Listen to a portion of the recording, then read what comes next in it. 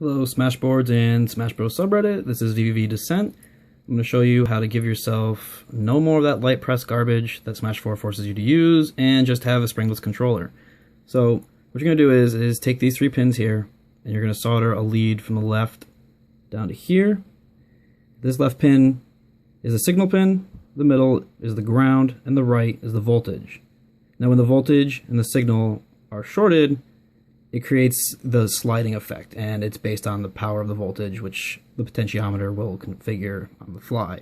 So basically, when you attach these two, you're giving it max power. It thinks it's being slid. Great. Down here, this is the ground on the right, and the signal for the left button of the trigger. Now, when you get all the way to the bottom, if you haven't been in a controller before, you actually aren't just relying on the slider. There's a button that it pushes in, and that's where this input comes from.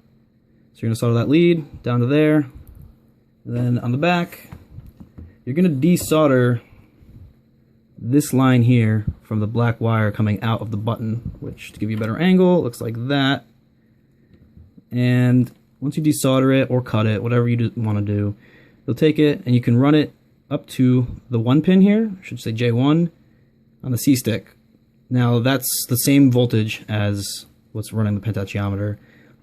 If you want, for any reason, you don't have to put it there. I mean, you could run it up to the potentiometer in the back there, but you probably don't want to do that because this is literally right here. So you just solder it there, boom, you're done with this side, great. Now, as for the other side, it's a little bit trickier. You got the same setup, left, middle, right.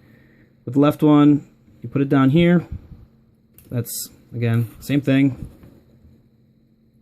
That line. And you're going to desolder the right one here.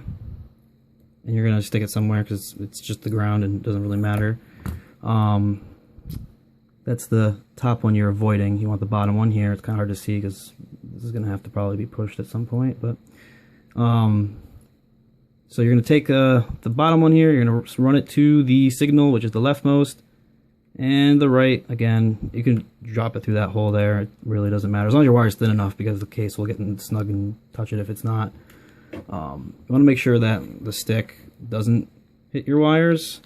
Probably going to tape this at some point, but it does touch the board, and you don't want the wires to extend outside of the PCB here because it's going to be a mess and you're going to crush your wires when you plug it all in.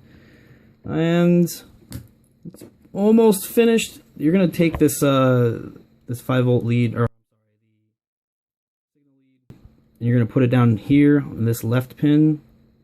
It's that wire that you just disconnected. I mean, you could run it up to here and connect to that, but really not necessary when it's a shorter distance to make it to that pad. This plastic, this black plastic, does snap right off. It's not an issue. You just take it off, put it back on.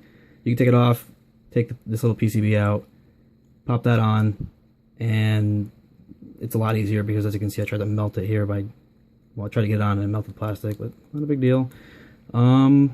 So that's basically it. And once you put it all back together, as long as your leads are all intact and everything's good, you should be all set. Oh, and one last thing.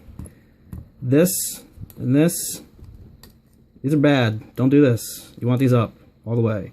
And they will fall a little bit to the point where sometimes they will activate light presses. And we don't want that because it's going to cause all kinds of issues. So what you want to do is like put some tape in there, here and there, maybe some glue if you're going to permanently do it. Whatever, don't let it happen. And if you want to lighten it a bit more after you've removed your springs, which again, I'm not showing you how to do that. You can find that somewhere else.